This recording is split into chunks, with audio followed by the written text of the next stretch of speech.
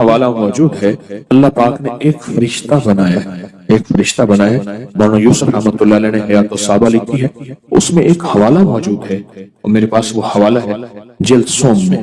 اللہ نے ایک فرشتہ بنایا، اس کا نام ہے ریبائیل۔ کہیں ساری ریبائیل، ریبائیل۔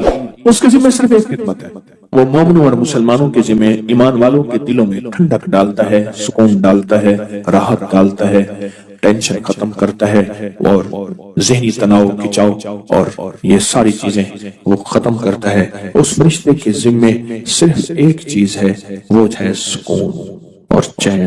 آج اس کا ایک عمل کریں گے، اور میں نے جب سے یہ بتانا شروع کیا ہے، 20 گولیاں کھانے والے، 10 گولیاں کھانے والے، کیونکہ ایک وقت آتا ہے گولی اثر کرنا چھوڑ دیتی ہے، ایک وقت آتا ہے دوا اثر کرنا چھوڑ دیتی ہے، ایک وقت آتا ہے زندگی میں یہ چیزیں اثر کرنا چھوڑ دیتی ہیں۔ کہتے ہیں جب سے آپ نے ہمیں اس فرشتے کے حوالے کیا ہے، اس فرشتے نے تو ہماری زندگی میں چین بھر دیا، سکون بھر دیا۔ بیماریاں ہیں تو چین ہے، غربت ہے تو چین ہے، حالات ہیں تو چین ہے، زندگی میں اصل چین ہے اور سکون ہے۔ بے چین زندگی گزار کے اس دنیا سے چلے گئے تو وہ کیا زندگی ہے؟ مومن ہو اور بے چین ہو ممکن نہیں، مومن ہو اور ٹینشن ہو ممکن نہیں، اللہ کا اور اس کے حبیب کا غلام ہو اور اس کو بے چینی ہو اور ٹینشن ہو ممکن نہیں۔ معلوم ہوا کہ ہم نے چین کو تلاش نہیں کیا، معلوم ہوا ہم نے سکون کو تلاش نہیں کیا، معلوم ہوا چین کو تلاش نہیں کیا، سکون کو تلاش نہیں کیا، معلوم یہ ہوا۔ آئیں پھر اس چین کو، اس سکون کو تلاش کرنے کی ایک تدبیر میں بتاتا ہوں۔ فرمایا ایک فرشتہ ہے جس کا نام ریبائیل ہے، اس کا کام صرف مومنوں کے دلوں میں ٹھنڈک پہنچانا ہے۔ دل پریشان، حالات پریشان، سب کچھ، قبروں میں ٹھنڈک ہے، گاڑیوں میں ٹھنڈک ہے، اندر ٹھنڈک نہیں ہے۔ مجھے ایک صاحب کہنے لگے میرے پاس یہ BMW گاڑی ہے، میرا جی چاہتا ہے کسی درخت میں مار دوں اور میں مر جاؤں۔ کئی دفعہ کوشش کی ہے، پھر بچے یاد آ جاتے ہیں۔ اس زندگی سے نکلنے کے لیے آج آپ کو ایک موتی دے رہا ہوں، اور وہ موتی کیا ہے؟ ریبائیل۔ اللہم بحرمت ریبائیل، اللہم بحرمت۔ اللہ نے اس فرشتے کو اتنی طاقت، اتنی قوت دی ہے، اللہ نے اس کا وجود، ایک ہی فرشتہ ساری کائنات کو سکون دینے کے لیے کافی ہے، ایک ہی فرشتہ، ایک ہی فرشتہ۔ اور یہ آپ کو زندگی میں کہیں بھی سختی آئے، تلخی آئے، بے چینی آئے، بے سکونی آئے، راحت چھن جائے، چین چھن جائے، نیند چھن جائے، عافیت چھن جائے، تو آپ اپنے رب کو پکاریں، اور اللہ نے آپ کے لیے ایک فرشتے کی ڈیوٹی لگا دی ہے۔ آپ اس کو پکاریں، اور اس کو پکار کے آپ اس کو پکاریں، اور اس کو پکار کے اور عمل کریں۔ اور وہ عمل کیا ہے؟ وہ عمل ہم بالکل اجتماعی عمل کراتے ہیں۔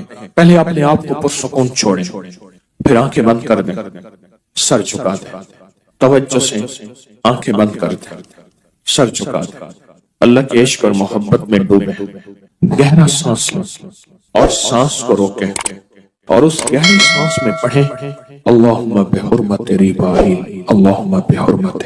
اب میں نے سانس بھی روکا ہوا ہے اور پڑھ بھی رہا ہوں اللہم بحرمت ریبائیل، اللہم بحرمت ریبائیل۔ اب دل پہ دائیں ہاتھ رکھیں، دل پہ دائیں ہاتھ رکھیں، سانس رکا ہوا ہو، سر جھکا ہوا ہو، اور پڑھ رہے ہیں اللہم بحرمت ریبائیل۔ جب سانس ٹوٹ جائے سانس نکالے، پھر سانس لیں اللہم بحرمت ریبائیل۔ پوری امت کا تصور کریں، اللہ سب کو چین سکون دے، اللہ سب کو راحت دے۔ اپنے پیاروں کا تصور کریں، قبر والوں کا تصور کریں، ان کو بھی چین سکون اور ان کو بھی ٹھنڈک ملے۔ اب دل کی کیفیتوں میں، اندر کے درد میں سانس روک کے اور نکال کے جتنا دیر روک سکیں اور عمل کریں، پڑھیں اللہم بحرمت ریبائیل، دل ہی دل میں پڑھیں، محسوس کریں کس دنیا میں کھو گئے تھے۔ اس فرشتے کی ڈیوٹی ہی اسی کام پہ ہے۔ دیکھیں اسرافیل کی ڈیوٹی کس کام پہ، اسرائیل کی ذمہ داریاں کس کام پہ۔ اسرائیل کی ذمہ داری ہے تو نے روحیں نکالنی ہے، اسرافیل کی ذمہ داری ہے، میکائیل کی ذمہ داری ہے، جبرائیل کی ذمہ داری ہے، ہر فرشتے کی ذمہ داری ہے۔ اس فرشتے کی ذمہ داری ہی حدیث کے مطابق یہی ہے کہ وہ فرشتہ کیا کرے؟ لوگوں کے دلوں میں